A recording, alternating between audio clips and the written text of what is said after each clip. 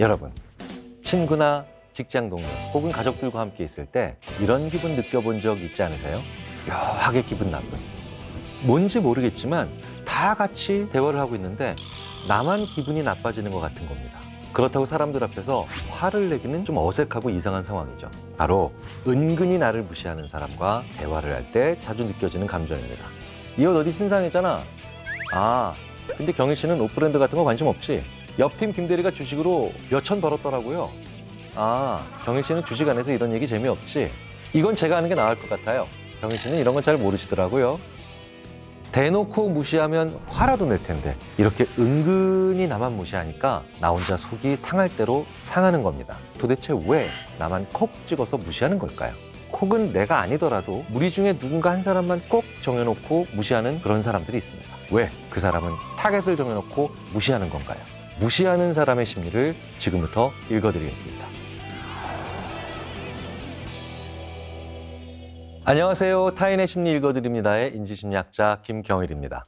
어떤 사람과 만나서 이야기를 나눌 때 이 사람은 왜 도대체 나만 무시하는 거지? 라는 생각이 듭니다.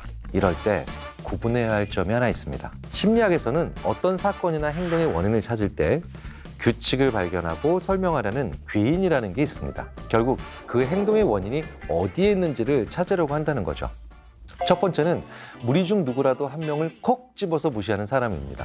어떤 사람이 오늘은 나를 찍어놓고 무시하는데 다음 날이 되면 그 사람이 또 다른 사람을 찍어놓고 무시를 합니다. 그리고 내가 그 자리에 없는 다른 상황이 벌어지면 또 제3자인 엉뚱한 사람을 콕 집어서 무시를 하죠. 그렇다면 그건 그 무시하는 사람에게 이유가 있는 거죠. 그런데 또 한 가지 생각할 게 있습니다. 어떤 상황에서도 나만 무시하는 사람이 있습니다. 돌아버립니다. 밥을 먹을 때도, 놀러 가서도 그렇고, 심지어 공부할 때도 그렇고요. 유난히 나만 무시한다는 거예요. 그렇다면 그건 나한테도 이유가 있을 가능성이 높죠. 그 이유가 나의 잘못 때문일 수도 있겠지만 나의 잘남 때문일 수도 있고요. 혹은 나의 어쩔 수 없이 타고난 위치 때문일 수도 있습니다. 또 때론 그 사람과 나의 독특한, 특수한 관계 때문일 수도 있겠죠. 물론 나한테 책임이 있다는 말은 아닙니다.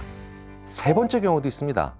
나를 무시하는 그 사람이 특정한 상황에서만 나를 무시한다는 거예요. 그건 그 상대방에게 이 상황이 굉장히 중요한 순간일 수 있기 때문입니다. 이 세 경우는 각각 대처해야 하는 법도 다릅니다. 먼저 어떤 상황이 와도 누군가를 무시하는 경우입니다. 그건 그 사람한테 문제가 존재하고요. 그것도 심각한 문제가 존재하는 겁니다. 그렇다면 그 문제는 뭘까요? 어떤 상황이 있어도 한 사람을 콕 집어넣고 그 사람을 유독 무시하는 그런 전략을 사용한다는 건 굉장히 많은 경우 자기가 돋보이려고 하는 욕구가 강하기 때문입니다. 그래서 이렇게 대놓고 무시하는 사람은 주변에 자기보다 모자라 보이는 사람 혹은 못나 보이는 사람을 두면서 늘 자신이 돋보이고 어떤 상황에서도 자기가 많은 주도권을 가졌으면 하는 욕망이 있는 사람들이죠. 그 주도권을 갖는 방식이 자기 말에 권위나 힘을 약하게 만들 수 있는 사람을 계속해서 무시하는 방향으로 갈 수 있다는 거예요. 그런데 왜 그 방법으로서 굳이 딱 한 사람만 찍어놓고 무시할까요? 5사람이 모였는데 3사람을 무시하면 그 사람들끼리 결탁하잖아요. 여러 사람을 무시할 경우에는 자기가 주도권을 오히려 뺏기는 상황이 쉽게 올 수 있습니다. 만약에 특정 상황에서 유독 나를 무시하는 상대방, 친구들끼리 같이 테니스를 치러 갔는데 유난히 그 테니스장에서만 나를 무시한다. 그런데 다른 데서는 안 그런다. 유난히 테니스장에서만 그런다면 그 사람의 내면에서는 최소한 테니스만큼은 꼴찌되면 안 돼. 테니스만큼은 양보할 수 없어. 라는 강한 마음이 있을 가능성이 높다는 거죠. 그렇다면 왜 이런 마음을 가지게 됐을까요? 굉장히 안 좋았거나 부끄럽거나 심지어는 속상했던 기억이 있을 가능성이 크죠. 가장 가능성이 높은 경우는 친구들끼리라면 그 상황이 안 좋아하는데 자꾸 같이 하자고 하기 때문에 그랬을 가능성도 있습니다. 예전에 짜증이나 화를 내므로써 문제를 해결하려고 하는 사람들에 대해서 말씀드렸던 것과 같은 겁니다. 남을 무시하는 방법으로 이 상황을 해결할 수 있다는 그릇된 신념이 생긴 거죠. 상황도 아니고 사람도 아니고 누군가 무조건 나만 딱 정조준해서 무시한다면 무시한다는 것의 핵심은 나를 아무것도 못하게 만들어버리고 기회를 안 준다는 것이 되겠죠. 친구 관계의 경우를 살펴보면 이 친구한테 내가 그 사람을 불리하게 만들거나 주인공이 되는데 방해가 될 만한 사람이라는 예상을 자꾸 하게끔 만들었을 가능성이 큽니다. 사실은 나를 계속해서 무시하는 그 친구가 주변에 알리고 싶지 않은 그 친구만의 비밀을 나만 알고 있을 때 이런 일이 벌어지기 쉽다는 겁니다. 그러면 그 친구는 그 이야기를 아무한테도 하지 말아달라고 부탁해야 하는 것이 맞죠. 하지만 부탁하기도 싫고 부탁하더라도 불안해할 수 있는 경우가 있지 않습니까? 그럴 때 그 친구가 취할 수 있는 전략 중에 하나가 나를 무시하고 계속해서 나에게 발언권을 주지 않는 거죠. 나만 무시한다. 그렇다면 그 사람은 일정 부분 나를 자기의 불안 요소로 보고 있을 가능성이 큽니다. 직장 생활을 하시는 분들이 저에게 이런 질문을 많이 하십니다. 같이 일하는 상사나 직장 동료가 나만 무시한다라는 생각이 들면 솔직하게 말하고 따지는 게 좋을까요? 이럴 때 제일 중요한 건 솔직히는 말하되 따지지는 않아야 한다는 겁니다. 그래서 왜 저를 무시하세요? 왜 나만 무시하는 거지? 이런 말들은 최악입니다. 그러면 상대방은 나 안 그랬는데? 너 왜 그렇게 생각해? 라는 말로 얼마든지 도망가 버릴 수 있기 때문이죠. 이럴 때는 우리가 기능적 언어가 아닌 소통적 언어를 사용해야 합니다. 기능적 언어와 소통적 언어는 무엇이 다를까요? 의사 선생님이 불치병에 걸린 환자에게 이 병은 유전입니다. 이렇게 말씀하시는 상황은 기능적 언어를 사용하시는 것에 해당합니다. 굉장히 속상하고요. 그리고 어쩌면 부모님을 원망할 수도 있겠죠. 그런데 같은 상황에서 이 병 때문에 부모님도 많이 힘드셨겠어요. 라고 말하는 건 굉장히 좋은 소통적 언어입니다. 결국 개념적으로는 유전이라는 말을 하고 있지만 이렇게 소통적 언어를 구사하시는 의사 선생님들의 말을 들으면 내 부모를 원망하는 게 아니라 이 병 때문에 내 부모님도 내가 힘든 건 못지않게 많이 힘드셨겠다 라는 공감의 마음이 먼저 든다는 거죠. 자, 이렇게 기능적 언어와 소통적 언어의 차이를 알아봤으니 이걸 한번 응용해 볼까요? 팀장님이 저를 무시하셔서 제가 많이 힘듭니다 보다는 제 얘기를 끝까지 안 들어주시는 것 같아서 속상합니다. 이렇게 얘기한다는 거죠. 그렇다면 그 얘기를 들은 사람은 정말 일부러 그러는 게 아니라면 나 안 그랬는데가 아니라 혹시 내가 그런 오해를 불러일으킬 수 있는 상황을 만들었나 생각해 보게 된다는 거예요. 일정 부분 일부러 했다고 해도 힘들어하는 사람을 보면 혹은 속상하다라는 얘기를 듣게 되면 어지간한 사람이 아닌 이상 자신의 행동을 반성하게 되거나 혹 그렇지 않더라도 최소한 되돌아는 본다는 겁니다. 또 하나 더 좋은 대화법은 소통적 언어를 쓰면서 좋았던 점을 하나 더 덧붙여 준다는 거죠. 제 말을 끊지는 않으시는데 발언권의 기회는 많이 주지 않으시는 것 같아서 속상합니다. 그렇다면 그 사람이 좀 더 명확하게 이해할 수 있겠죠. 만약 누군가가 오히려 나에게 왜 너는 나만 무시해? 라는 이야기를 한다면 그 상황에서 나는 안 그랬어, 나 아닌데 라고 얘기하는 건 아무런 도움이 안 되겠죠. 그럴 때는 내가 그 사람의 말을 정말 많이 잘랐는지 아니면 내가 말 중간중간에 그 사람에게 발언의 기회를 조금도 주지 않았는지 왜 그렇게 느꼈는지 아주 구체적인 상황을 이야기해달라고 말씀하셔야 됩니다. 그렇지 않으면 그 사람이 왜 그렇게 느꼈는지에 대한 각기 다른 여러 가지 원인들을 구체적으로 알아낼 수 없기 때문이죠. 아주 구체적으로 정확히 알려주면 내가 고칠게. 그렇게 해야만 관계를 개선시킬 수 있다는 거죠. 그런데 여기서 또 하나 생각해야 할 점이 있습니다. 내가 실제로 그 사람을 무시한 것이 맞다면 그럴 때는 마찬가지로 나는 너의 이런 행동이 싫어 라고 아주 솔직하게 이야기하셔야 됩니다. 그것도 아주 구체적으로 솔직하게요. 제대로 알고 고치지 않으면 서로 감정이 쌓일 뿐이라는 거죠. 그리고 이게 쌓이기 시작하면 싸우는 것보다도 더 안 좋은 결과가 일어나는데 차라리 싸우면 상대방도 알고 나도 알고 심지어 남들도 압니다. 그런데 서로 말 안 하면 아무도 모른 채 계속해서 그 문제를 가지고 가는 거죠. 실제로 모든 병은 말기로 가면 다 안 좋죠. 우리가 유난히 무서워하는 질병들의 공통점이 뭐냐면 초기 발견이 힘들어서 말기에나 발견된다는 점입니다. 그렇기 때문에 고칠 수 있는 가능성도 줄어든다는 거죠. 사람 간의 관계도 마찬가지입니다. 대화로 풀 수 있는 문제를 조기에 발견하지 못하거나 아니면 조기에 대화하지 않으니까 계속해서 그 문제를 가져가게 되고요. 그리고 결국 질병처럼 곪게 되고 종양으로 가게 돼서 더 안 좋은 결과가 나온다는 거죠. 그냥 끊을 관계가 아니라면 얘기를 하셔야 됩니다. 구체적으로 얘기를 하셔야 됩니다. 그리고 그 과정에서 소통적 언어를 반드시 사용하고 덧붙이셔서 풀어내는 과정들이 정말 중요하죠.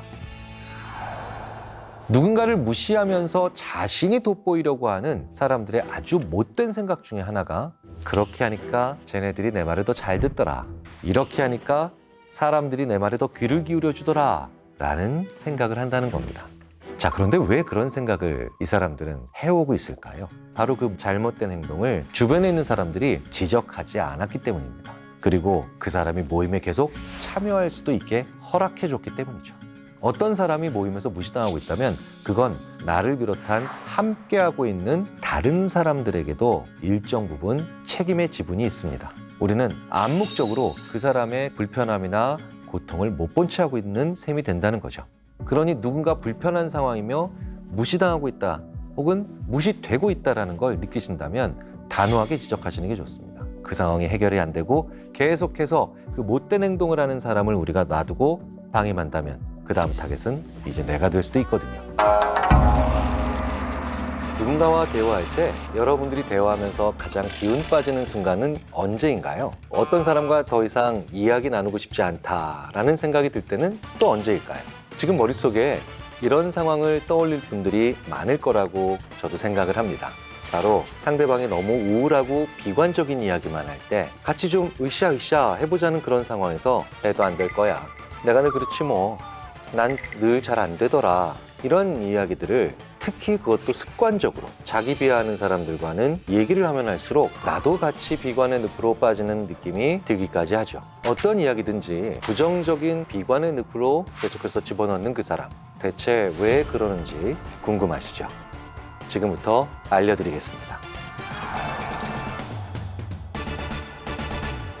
안녕하세요. 타인의 심리 읽어드립니다의 인지심리학자 김경일입니다. 자꾸 비관적인 이야기만 하는 그 사람은 도대체 왜 그런 걸까요? 여기서 먼저 우리가 짚어봐야 할 점은 비관은 성격이 아니라 상당 부분이 습관에 기초한다는 겁니다. 심리검사에서 비판적 사고는 주관적 의견보다는 사실에 기초해서 타당한 대안을 선호하는 경향으로 보거든요. 그렇기 때문에 비관을 성격의 검사에서 측정하는 경우는 거의 없고요.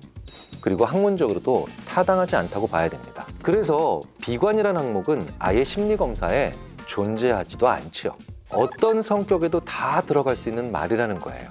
타고난 게 아니라 이후에 형성된 습관에 더 가까운 것이 바로 비관적이다라는 겁니다. 그래서 저는 비관적 성격이라는 말은 잘못됐다고 생각합니다. 그리고 다른 많은 심리학자들도 말 그대로 비관, 그러니까 관점의 문제라는 점을 강조하고 있죠. 비관적인 말을 많이 하는 사람이 물론 기질적으로도 좀 어두운 사람일 수는 있습니다만 사실은 현재 자기 상태가 하락세에 있다는 걸 굉장히 강하게 느끼고 있는 그런 사람일 경우가 더 많습니다. 인지심리학을 비롯한 다양한 다른 심리학 분야에서도 계속해서 강조드리는 말이 있죠. 행복은 크기보다 빈도다. 큰 행복 한두 번보다는 작은 행복을 여러 번 경험할 때 우리가 행복하다고 느낄 수 있거든요. 불행도 역시 마찬가지입니다. 불행도요, 크기보다는 빈도죠. 트라우마 같이 아주 감당할 수 없을 만한 극단적 경험을 제외하고는요, 우리 뇌는 감정의 크기보다는 빈도를 중요하게 생각하고, 그리고 이 법칙은 다양한 감정들에게 거의 일관적으로 작용이 된다는 거예요. 자, 그렇다면 비관도 마찬가지겠죠.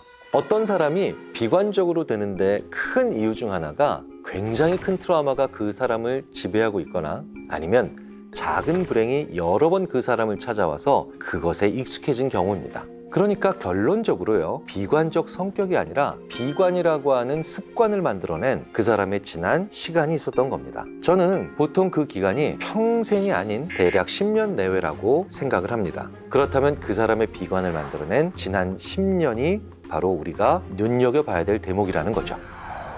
자, 그런데요, 비관적인 사람에 대해서 이야기를 하기 전에 꼭 우리가 되짚어봐야 될 대목이 있습니다. 바로 비관과 비판을 구분해야 된다는 거죠. 비관과 비판이 제대로 구별이 되지 않으면 미래에 대해서 부정적인 의견을 내는 혹은 부정적인 전망을 하는 모든 사람을 비관적인 사람이라고 매도하거나 내 곁에서 떼어놓으려고 할 수 있기 때문이죠. 간단하게 말하면 비관적인 사람들은 그냥 결과가 어떻게든 안 좋을 거라고 생각하는 사람들이고요. 비판적인 사람은 이렇게 하면 이런 과정을 거쳐서 결과가 안 좋을 거야 라고 구체적으로 생각하는 사람들입니다. 그러니 이 둘은 굉장히 다르죠.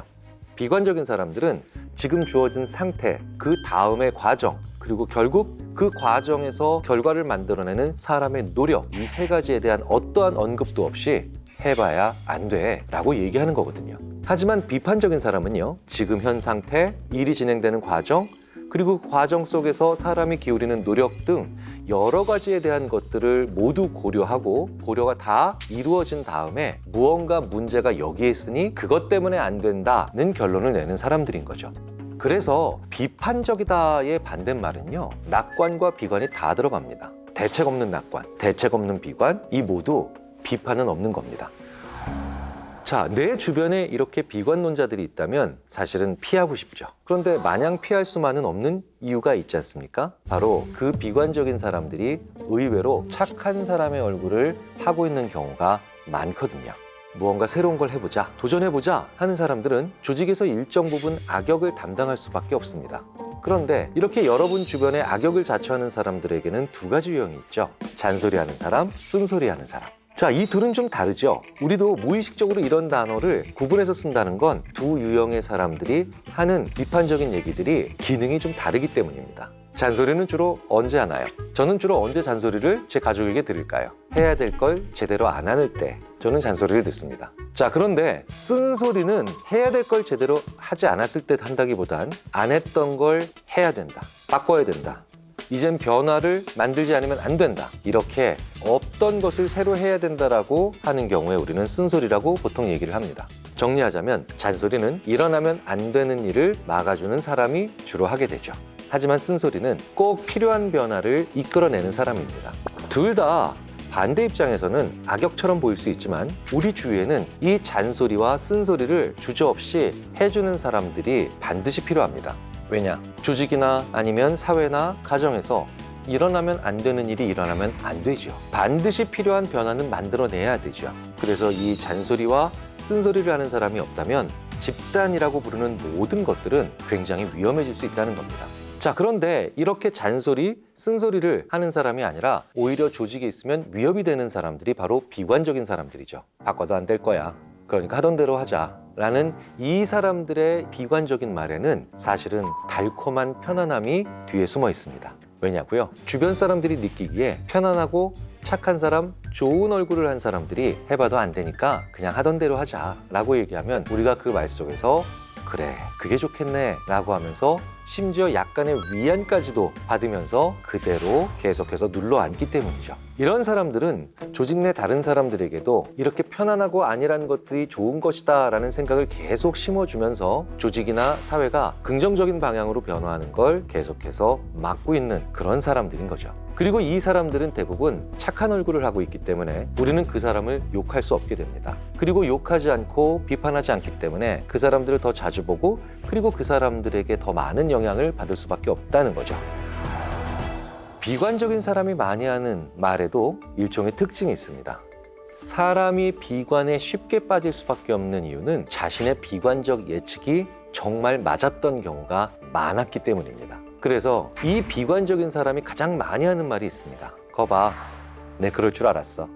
비관적인 사람들에게는 이 그럴 줄 알았어 라는 말이 자신의 비관을 더욱더 비관적으로 가게 만드는 일종의 심리적 시드머니가 되는 겁니다. 스스로 이런 말을 하면서 비관적인 미래를 예측하고 그 결과로 자연스럽게 가는 최악의 자기 암시로 이어진다는 거죠. 비관적인 사람들의 말투가 가지는 또 다른 특징은 이 사람들의 말에는 유난히 동사가 적다는 거예요. 동사는 행위를 얘기하죠. 즉, 이런 사람들은 미래에 하고 싶은 행위가 별로 없다는 겁니다. 만약 제가 은퇴하시면 뭐 하고 싶으세요? 라고 하면 비관적인 분들은 주로 명사로만 대답합니다. 농장, 사업, 가게. 그런데 그걸 해서 뭘 어떻게 구체적으로 하겠다는 게 없다는 거죠. 하지만 긍정적인 사람들은 농장 혹은 개인 서재를 만들어서 거기서 로봇공학 쪽 공부를 새로 하고 싶어. 지금까지는 내가 철학을 공부했는데 요즘은 이상하게 움직이는 기계에 대해서 한 번쯤 도전을 해보고 싶더라고. 이렇게 하고 싶은 동사들을 충분히 길게 이야기한다는 겁니다. 그래서 저는 꿈을 명사로 얘기하는 것을 굉장히 경계해야 된다라고 늘 조언드리죠. 왜냐고요? 꿈이 동사가 아니라 명사가 되면요, 비관에 빠지기가 더욱더 쉬워집니다. 직장에 가면 꿈이 상무, 임원, 부사장인 분들이 많이 계십니다. 그런데 그분들은 그 자리에 오르면 그게 끝이죠. 그러니까 미래가 없는 거고요. 뭘 해야 될지도 모르는 채 대부분 6개월이나 1년을 허송세월합니다. 그리고 난 다음에 느껴지는 초조함과 조바심은 그래서 엉뚱한 방향으로 자기뿐만 아니라 자기의 부하 직원들을 다그치게 만든다는 거예요. 그런데 제가 알고 있는 세상의 수많은 뛰어난 리더들은 이렇게 말합니다. 상무일 때요. 내가 전무가 되면 이거 할 거야. 내가 전무가 되면 꼭 이건 바꿀 거야. 이건 꼭 수정할 거야. 라고 하면서 내가 그 자리에 가게 되면 혹은 그 위치에 가게 되면 어떤 일을 하게 될 것인지 혹은 어떤 일부터 할 것인지에 대한 생각을 멈추지 않고 한다는 겁니다. 그래서 긍정적이었던 사람도 자기의 미래를 명사로 꿈꾸면요. 자기가 꿈꾸는 일이 이루어졌을 때 그 다음에 어떤 일을 해야 될지 모르겠다라는 혼란감으로 인해서 결과적으로 비관에 빠지는 것이 쉬워집니다. 내가 무조건 피할 수만은 없는 사람이거나 혹은 나에게 너무 소중해서 피하고 싶지 않은 사람이 비관적인 말을 계속해서 나에게 하고 있다면 이럴 때는 어떻게 해야 할까요? 그럴 때는 그 사람의 말을 역으로 이용하시면 긍정적인 결과를 볼 수 있을 가능성이 높아집니다. 어떻게 하냐고요? 결과가 좋았을 때 너 그럴 줄 알았어 라고 얘기해 준다는 거죠. 같이 어떤 일을 계속해서 합니다. 협동을 했다는 거죠. 그리고 결과가 좋아졌을 때 긍정적인 결과를 놓고 논공행상을 하는 것이 얼마나 중요한지를 되새겨볼 필요가 있다는 겁니다. 그래서 같이 함께 일을 했는데 결과가 좋았습니다. 그때 이렇게 한번 얘기해 주시는 건 어떨까요? 네가 하자는 대로 하니까 잘 됐어. 야, 너의 그 아이디어 아니었으면 실패할 뻔했어. 우리 모두가 노력해서 결과가 좋아졌을 때 그 사람이 한 일을 찾아서 칭찬해 주는 겁니다. 실패한 결과가 아니라 성공한 결과를 짚어주면서 이런 경험을 바탕으로 앞으로는 긍정적인 생각을 하는 습관을 가질 수 있도록 옆에서 살짝 조금씩 도와준다는 거죠. 주변에 비관적인 분이 있다면 또 하나 강조하셔야 될 것이 있습니다. 당신의 지난 10년간 굉장히 버라이어티했고 때문에 앞으로 10년도 그럴 거라는 거를 암시해 주셔야 된다는 거죠. 사람들의 과거에 대한 기억과 미래에 대한 예측을 연구한 그래프를 하나 보여드리겠습니다. 기본적으로 인간의 특징은요, 과거에 비해서 미래의 변화를 굉장히 축소해서 예측한다는 겁니다. 그리고 이 현상은 모든 연령대에서 일어난다는 거죠. 지난 10년이 100만큼 변했다고 생각하면 앞으로 10년은 그거의 한 3분의 1 정도나 되려나 한 30 정도만 변한다고 생각한다는 거예요. 이렇게 사람들은 미래를 늘 과소평가합니다. 그러니 자연스럽게 지난 10년보다 앞으로 10년에 더 좋은 일이 일어나지 않을 거라고 생각해 버리기가 쉽다는 거죠. 따라서 이 비관적이다라고 하는 생각이 좁은 영역대에 있지 않도록 미래에도 굉장히 변화가 많을 거다라고 하는 넓은 선택지를 주고 그런 암시를 계속해서 주는 게 무엇보다도 중요합니다. 그런데 그 비관적인 분이 나보다 나이가 훨씬 많은 분이라면 앞으로 세상은 많이 변할 거야 라는 말만 가지고는 힘들겠죠. 여기 하나 더 덧붙이시면 좋은 말이 있습니다. 선생님, 앞으로 엄청 오래 사십니다. 실제로 제 주위에서도요, 은퇴를 앞두고 비관적으로 계속해서 자기의 관점을 좁히는 분들이 계셨는데 제가 농담 반, 진담 반으로 선배님 나이는요, 앞으로 재수 없으면 140까지 사신대요. 수명이 굉장히 길어지고 있죠. 은퇴를 앞둔 선배님은 저에게 그 얘기를 듣고 그날부터 며칠 동안 무엇을 해야 될까를 생각하셨다고 합니다.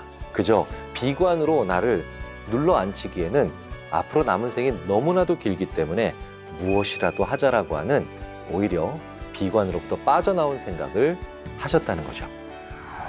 비관적인 생각을 한 사람이 오히려 돋보일 수 있는 조직이 있습니다. 바로 리더가 굉장히 긍정적인 사람이 지휘하는 조직이라면 오히려 긍정적인 사람이 못 보는 걸 그 비관적인 사람이 볼 수도 있겠죠. 그래서 긍정적인 리더와 합쳐지면 의외로 합이 잘 맞는 경우도 종종 있습니다. 리더가 긍정적이면 필연적으로 미래는 많이 변한다라고 생각하게 되어 있습니다. 앞으로 미래가 많이 변한다라고 생각하는 리더는 필연적으로 사람들의 다양성을 보게 되어 있고 그리고 어떻게 하면 사람들을 적재적소에 배치해야만 그 다양한 변수들에 대응할 수 있는가를 고민하게 되겠죠. 반대로 미래는 안 변한다라는 생각을 가지고 있는 이런 비관적인 리더는 그냥 하던 대로 하라고 하면서 조금이라도 특이하거나 아니면 창조적인 일을 하는 그런 직원들이나 자기 부하들을 계속해서 내치겠죠. 결국 조직은 와해되고 말 겁니다. 타인에게 가장 듣기 싫은 말 뭘까요? 성별, 나이, 직업과 무관하게 가장 듣기 싫은 말을 꼽아보라고 말씀을 드리면 꼭 나오는 유형의 말이 있죠. 바로 남과 비교하는 말입니다. 옆집에는 공부 잘하는데 넌 왜 그러니? 자네 동기 김대리는 잘하던데 박대리는 왜 그래? 자, 그런데 이런 비교하는 말도 꼭 하는 사람들만 하죠. 입만 열면 습관적으로 사람들을 비교하면서 듣는 사람을 너무나도 괴롭게 만드는 그 사람. 대체 왜 그렇게 사람을 비교하는 시선으로만 바라보는지 그 타인의 심리를 알려드리겠습니다. 안녕하세요. 타인의 심리 읽어드립니다의 인지심리학자 김경일입니다. 그냥 이렇다 저렇다 얘기하면 되는데 인사팀 그 사람은 어떻다더라, 누구는 대기업 다니는 사람 만난다더라 얘기하는 그 사람의 마음은 도대체 왜 그러는 걸까요? 가장 쉽게 생각할 수 있는 이유는 비교하는 그 사람이 상대방을 너무 많이 가르치고 싶어서 그런 겁니다. 상대방을 가르치고 싶다는 욕구가 어떤 사람들에게 가장 클까요? 바로 가까운 사람들입니다. 어느 정도 거리가 있는 사람들끼리는 비교해서 말하기가 쉽지도 않고요. 그렇게 비교해봤자 효과가 있다거나 아니면 내 말에 설득력을 가지기도 어렵죠. 그래서 아주 가까운 가족들끼리 서로 상대방에게 진심으로 가르쳐주고 싶은 경우가 많고, 그리고 그 가르쳐주는 말을 하는 과정에서 비교하는 말들을 정말 많이 하게 되고 듣게 되는 경우가 많은 겁니다. 안 친하면 어느 정도 선에서 멈추고 얘기를 안 할 텐데 가까우니까 내가 생각한 걸 상대방이 못 깨달을까 봐 극단적으로 비교를 해서 말해주는 거죠. 사실 비교는 굉장히 쉬운 마음의 과정입니다. 눈에 딱 보이잖아요. 그 사람 입장에서 친절하다고 생각해서 가르쳐주는 게 비교라는 거죠. 그렇다면 나는 전혀 가깝다고 생각 안 하는 친척들, 직장 상사가 그렇게 비교하는 말을 계속한다? 그 사람들은 왜 그런 걸까요? 우리가 꼭 생각해 봐야 할 건 가깝다라는 말이 사이가 좋다라는 것과 동일시되지는 않는다는 겁니다.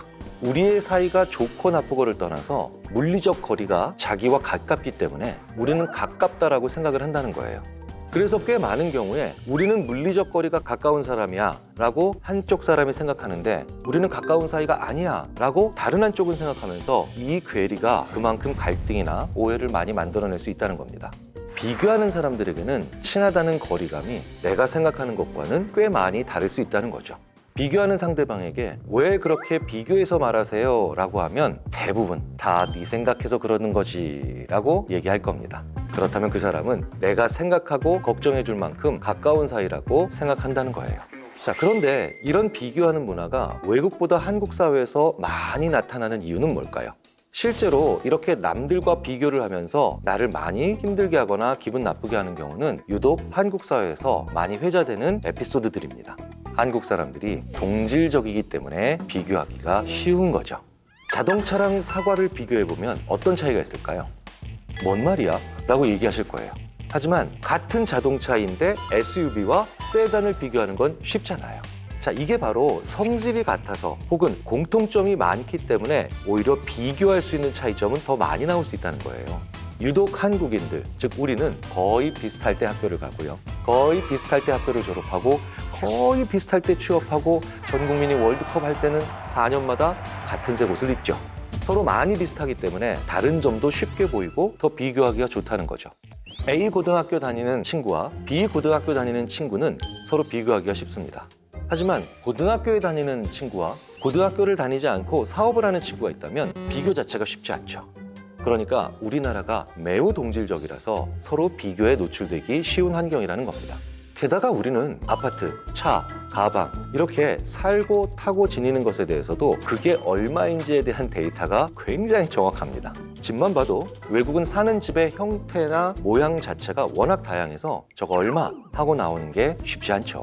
그런데 한국은 주위에는 거의 모든 것들을 단일화된 가치인 화폐적 계산법을 통해서 파악하는 게 가능합니다.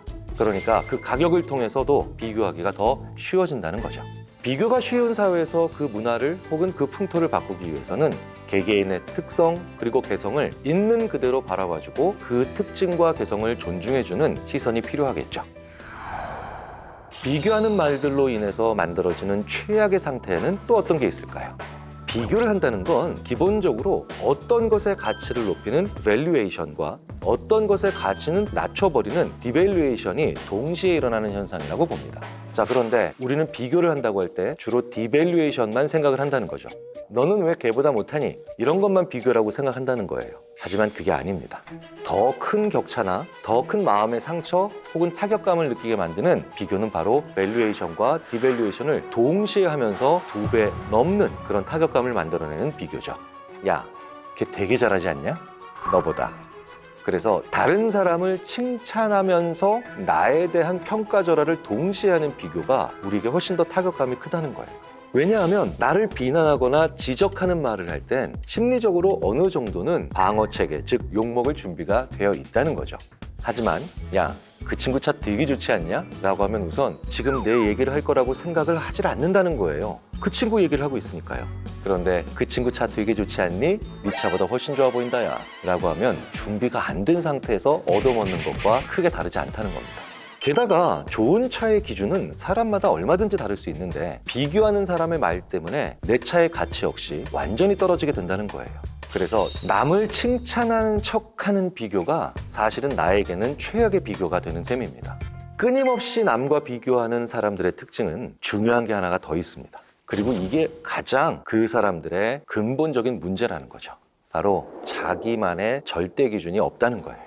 자기 기준이 없으니까 자꾸 사람들의 모습과 타인들의 그런 행동을 자기 것과 비교하면서 생각하게 되는 그런 방식을 취한다는 겁니다. 행복하게 산다는 건 뭘까요? 자기만의 기준이 있는 사람들이 있습니다. 이런 분들은 차는 여기까지면 딱 좋아. 월급은 이 정도면 만족스럽지. 이런 분들은 누구랑 비교해서 어떻다든지 이런 생각과 말을 잘 하지 않죠. 하지만 이런 게 없는 분들, 즉 비교는 기본적으로 기준이 없는 사람들이 하게 되어 있다는 거예요. 그렇기 때문에 필연적으로 내가 앞으로 어딜 가야겠다라고 하는 게 아니라 내가 가고 싶은 길을 내 기준이 아닌 남의 기준으로 계속해서 판단을 하게 된다는 겁니다. 자, 그러니 남을 비교하고 또 스스로도 비교하는 사람들 중에는 목표가 명확하지 않기 때문에 행복하지 않은 사람들이 많습니다. 내가 70점일 때 나보다 공부 잘하는 80점인 친구를 보고 공부하면 내가 85점이 됐을 때 그 친구가 95점이 되어버리면 내가 한 일이 의미가 없어진다는 거죠. 그러니까 다음 목표를 갈 때 힘을 내기 대단히 어려운 거죠. 비교라고 하는 것이 기준이 없기 때문에 나온 거라고 말씀을 드렸잖아요. 그래서 이렇게 비교했을 때 최악의 상황은 비교할 상대가 없으면 아무것도 하지 못하는 사람이 될 수 있다는 겁니다. 우스갯소리로 스티브 잡스가 사망했을 때 라이벌 기업들이 가장 슬퍼했다고 하지 않습니까? 그 혁신의 아이콘인 스티브 잡스가 사망했으니 이제 뭘 쫓아가고 누구를 이겨야 되는지 순간적으로 방향을 상실했다는 거예요. 그러니까 자꾸 비교를 당하게 되면 비교할 상대가 없어지면 무엇을 해야 될지 자체를 모르는 상황이 만들어질 수 있다는 거예요. 또 비교를 계속해서 하다 보면 내가 진짜 원하는 라이크를 찾을 수 없다는 겁니다. 비교에서 나오는 건 남도 샀으니 나도 갖고 싶다라고 하는 원트죠. 비교와 상관없이 내가 온전히 가지고 싶은 건 라이크라고 합니다. 내가 원하는 게 내가 좋아하는 거여야 하죠. 그런데 내가 원하는 게 내가 좋아하는 게 아니고 다른 사람들이 가지고 있는데 나만 안 가지고 있는 것으로만 그 이유가 만들어진다면 그럼 나의 원투와 라이크는 괴리된다는 거예요. 결국 내가 원하는 것도 가져야 되고요. 좋아하는 것도 가져야 됩니다. 그러니까 그걸 얻기 위해서는 돈이든 시간이든 2배의 에너지를 써야 하고 같은 상황일 때는 절반만 행복한 것이 되겠죠. 아이를 키울 때에도 육아 방식에서 비교한다는 건 정말 안 좋다고 많이 말씀을 드립니다. 어린아이의 경우 자꾸 다른 아이와 비교를 당하게 되면 심리학자들이 이렇게 말씀을 드리죠. 정체감에 혼란이 온다. 이건 자기 기준이 안 생긴다는 거예요. 그리고 자기 기준이 없는 아이는 자라면서 이후에 성인이 돼서도 무언가 사소한 것에도 쉽게 흔들리는 그런 사람이 된다는 겁니다. 부모가 굳이 비교를 안 해도 비교 자체가 워낙 쉬운 세상을 우리는 살고 있습니다. 그런데 부모님까지 그러시면 아이 입장에서는 정말 힘들겠죠. 하지만 부모님께서 하셔도 좋은 괜찮은 비교 하나가 있습니다. 우리 아이와 다른 아이를 비교하는 건 안 좋죠. 하지만 우리 아이의 예전 상태나 미래 상태 등 우리 아이의 다른 모습과 비교하는 건 전혀 나쁘지 않고요. 때에 따라서는 굉장히 긍정적인 효과가 만들어지는 경우도 허다합니다. 자, 그렇다면 이렇게 얘기하실 수 있다는 거예요. 야, 우리 경일이 작년보다 5cm나 더 컸네. 경일이가 지난번엔 이렇게 했는데 이번에도 이렇게 할 수 있지 않을까? 이런 비교는 아이 스스로도 자기 기준 안에서 판단할 수 있기 때문에 더욱더 성장에 대한 동기를 만들어낼 수 있는 말이 되기도 합니다. 사실 이런 칭찬이 유효한 것은 성인의 경우도 마찬가지죠. 직장에서도 김대리, 지난번에는 김대리가 굉장히 좋은 보고서를 냈는데 이번엔 살짝 부족하네? 그때처럼 보완을 해줄 수 있어? 이런 비교는 상대방의 마음을 전혀 상하게 만들지 않습니다. 이 영상을 보시는 분들 중에는 스스로 나를 자꾸 남과 비교하게 돼서 힘들다라고 말씀하시는 분들도 많이 계실 겁니다. 그분들께 꼭 전해드리고 싶은 말씀이 있습니다. SNS를 보면서 남은 행복한데 나는 왜 안 그런지 끊임없이 비교하게 되는 경우가 있잖아요. 그런데 우리가 여기서 한번 생각해 봐야 할 건 SNS는 다 행복한 순간 혹은 자랑하고 싶은 순간만 올린다는 겁니다. 오늘 물 말아서 김치에 밥 먹는 사진 올리는 분들은 거의 없지 않습니까? 그러니까 SNS를 보면 모두 행복해 보일 수밖에 없는 거죠. 특히 자기한테 만족할 게 많이 없다고 생각하는 분들이 남과 스스로를 비교하는 경우가 많습니다. 그리고 그런 분들을 문화심리학자 김정훈 박사께서는 이렇게 얘기하죠. 남의 감탄에 목말라 하는 사람들이다. 프랑스 철학자 자크 라캉도 이런 얘기를 했죠. 인간은 타인의 욕망을 욕망한다. 내가 무언가를 굉장히 욕망을 가지고 원하고 있는 것 같지만 그 욕망이 결국 외부에서 주입됐다는 뜻이에요. 그래서 남과 비교하는 성향이 강한 사람들은 나한테 스스로 감탄할 것들이 필요합니다. 그런데 그건 직업이라든가 차라든가 큰 집은 결코 아닙니다. 이건 다 남이 보는 시선이 강한 측면들이죠. 그렇다면 어떻게 해야 할까요? 바로 새로운 공부를 하시는 게 그 무엇보다도 중요합니다. 북글씨, 필라테스, 심지어 당구, 어떤 취미도 좋습니다. 내가 안 해봤던 것을 새로 배우는 과정에서 스스로 이런 걸 할 수 있구나 라고 하면서 나 자신에게 감탄하고 그리고 그 실력이 늘어가면서 혹은 지식이 많아지면서 또 나에게 감탄할 수 있는 여지가 생긴 거죠. 이건 나의 자존감과 나의 정체감을 지키기 위한 가장 중요한 갑옷과도 같은 것입니다.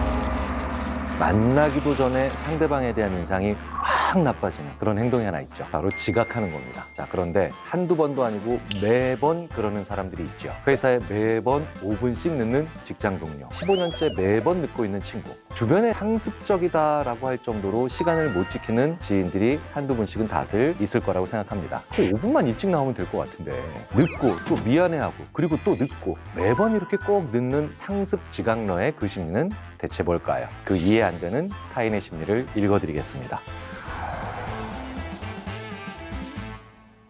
안녕하세요. 타인의 심리 읽어드립니다의 인지심리학자 김경일입니다. 매번 늦는 사람들의 심리를 궁금해하는 분들이 정말 많으실 겁니다. 실제로 미국 심리학 전문지 사이콜로지 투데이에 지각하는 사람들에 대한 워싱턴 대학 연구진의 논문이 실린 적이 있습니다. 이 연구에서는요, 실험 참가자에게 퍼즐이나 페이스북 타임라인을 훑어보는 것처럼 시간 가는 줄 모르고 하는 쉬운 일들을 미션으로 주는 거죠. 그리고 제한 시간을 얼마나 잘 지키는지 확인을 한 거예요. 그 결과 이른바 미래 계획 기억력이 뛰어난 사람들은 그렇지 못한 사람들에 비해서 제한 시간을 잘 지켜서 수행하는 그런 성향을 보입니다. 자, 미래 계획 기억력이란 건 뭘까요? 바로 미래에 해야 할 일들에 대한 기억으로 세종대왕이 한글을 만드셨어 라고 하는 것만 기억이 아니라 친구랑 만나기로 한 약속이나 지금 하고 있는 일 다음에 뭘 해야 하는지에 대한 기억력을 말하는 겁니다. 그러니까 다음 주 화요일 날 12시에 마트에 가야 돼 라고 하는 미래에 대한 기억도 분명히 우리의 기억 체계에서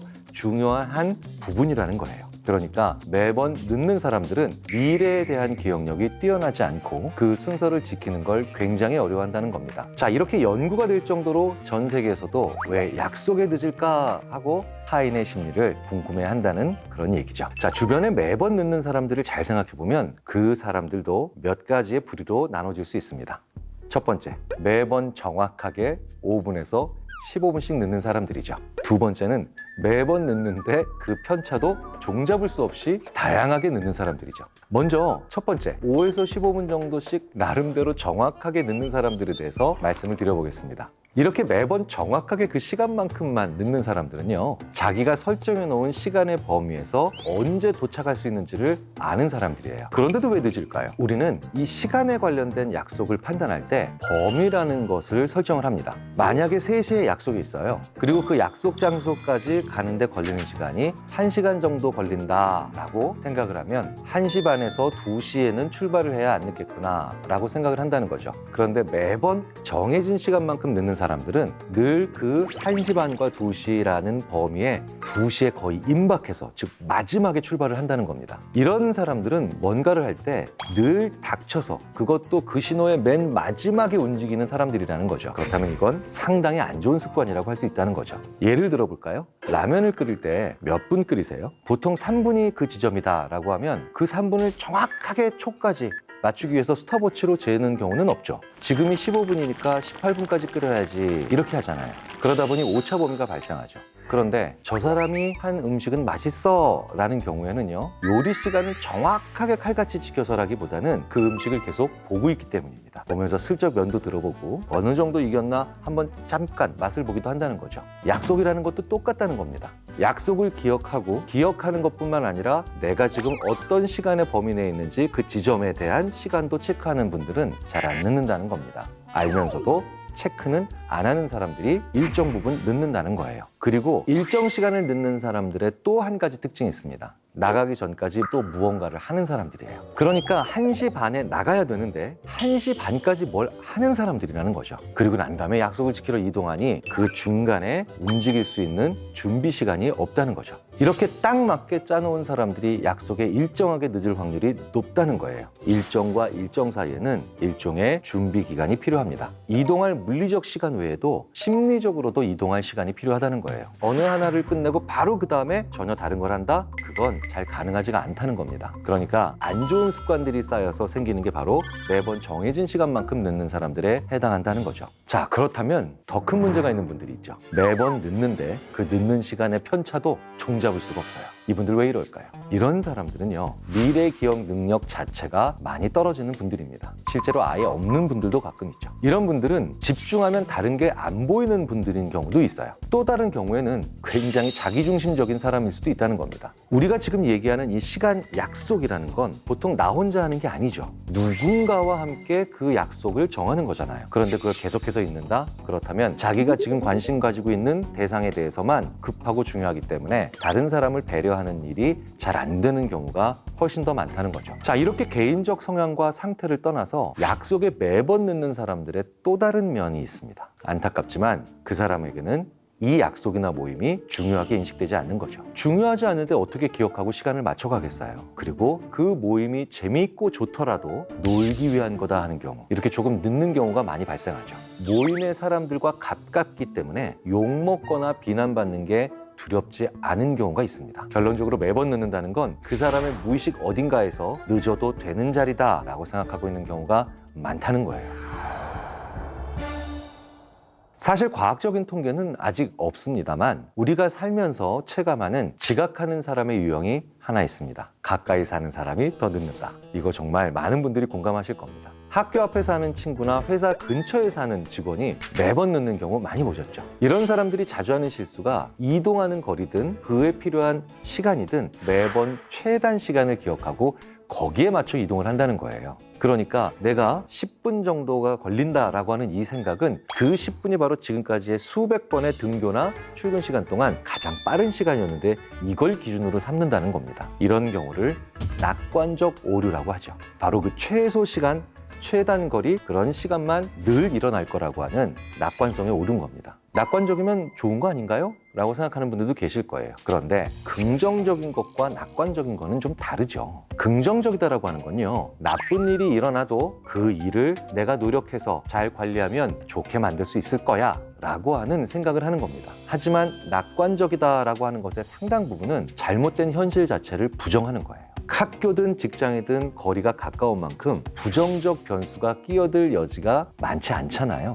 그러니까 그만큼 낙관적 오류를 보이기도 쉽기 때문에 가까이 사는 사람들은 더 늦는 경우가 많이 발생한다는 겁니다. 그래서 지금 가까운 학교, 가까운 회사로 등교하고 출근하시는 분들은 가장 진땀 날 정도로 오래 걸렸던 시간들을 한 번쯤 써붙여 보시는 것도 도움이 되실 겁니다.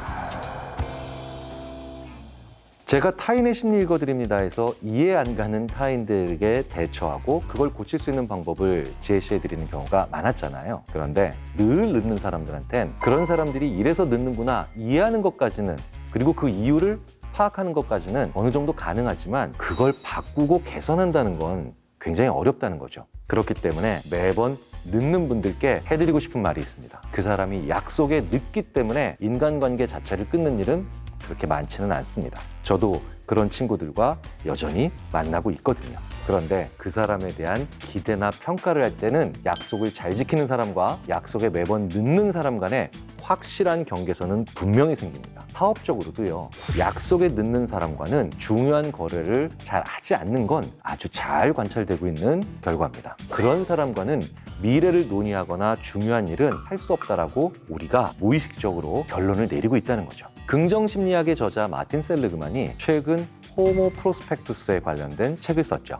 여기서 프로스펙투스는 조망한다, 미래를 얘기한다라는 뜻으로 붙여진 겁니다. 어떤 사람과 어떤 이야기를 주고받느냐가 다른 사람들 간의 관계를 정의하잖아요. 우리가 어떤 사람과의 관계가 깊어질수록 미래에 대한 이야기를 하게 됩니다. 야, 우리 앞으로는 뭘 하자. 야, 우리 나중에 은퇴하면 이거 꼭 같이 하자. 이런 얘기들을 하게 된다는 거죠. 우리는 이제 헤어질 연인과 미래에 대해서 얘기하지 않습니다. 매번 늦는 사람들과는 이렇게 미래에 대한 얘기를 거의 하지 않는다는 거예요. 그리고 이건 내 주변 사람들이 나 없는 세상에서 살아가는 전망을 만든다는 이야기와 일맥상통합니다. 매번 늦는 분들이라면 이 점을 꼭 기억하셔야 된다고 생각합니다.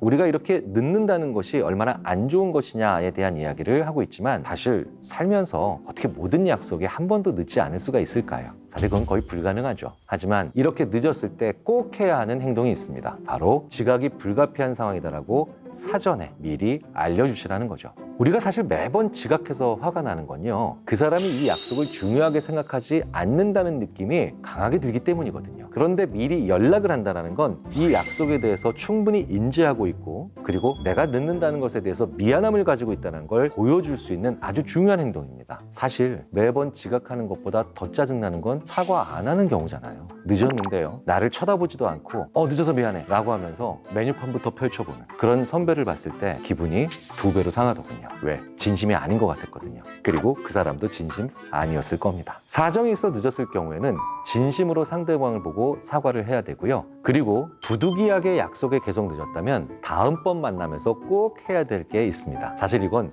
저도 자주 써먹는 방법이죠. 예를 들어서 6시가 약속입니다. 그러면 저 혼자 완전 일찍 도착해서 메뉴판을 찍어서 친구들한테 보내줍니다. 수저도 미리 이렇게 다 깔아놓고요. 그리고 친구들이 도착할 때마다 오셨습니까, 박 부장님? 하면서 90도로 인사도 합니다. 장난이죠. 하지만 이런 장난스러운 행동에 친구들의 기분은 굉장히 좋아집니다. 그 친구가 이렇게 얘기하죠. 너 오늘 일찍 왔으니까 다음엔 내가 20분 면제해줄게. 이런 농담도 흔쾌히 할 수 있게 되거든요. 그러면 굉장히 재밌는 게 실제로 제가 다음에 더 안 늦게 가고 싶어 하는 마음이 생긴다는 거예요. 주변 사람들이 늦는 사람에게 화가 나는 이유는 이 약속 자체를 그 사람이 쉽게 생각한다고 느껴서일 때가 대부분이죠. 그러니 기회가 될 때마다 내가 이 모임을 얼마나 중요하게 생각하고 만나는 걸 즐거워한다는 걸 보여주면서 이렇게 완전 일찍 가시는 그런 재밌는 장난을 한번 해보시는 건 어떨까 싶습니다. 정말 나한테 친한 친구인데 매번 약속에 늦어서 그것 때문에 너무 속상하시다고요? 그 사람도 나를 정말 소중하게 생각한다면 듣고 깨달아야 될 한마디가 있죠. 야, 우리 10년은 어떻게 될까? 그럴 때 매번 지각하는 친구한테 한마디 해주세요. 그때도 넌 10분씩 늦겠지. 미래에도 전혀 너는 긍정적인 모습이 아니라는 점을 한번 짚어주실 필요가 있다는 거죠. 그리고 나 자신이 자주 지각하는 사람이라고 생각하신다면 나의 잘못된 습관에 대해서 가볍게 넘기지 말고요. 한번 깊게 그리고 심각하게 생각해 보시는 계기가 됐으면 좋겠습니다.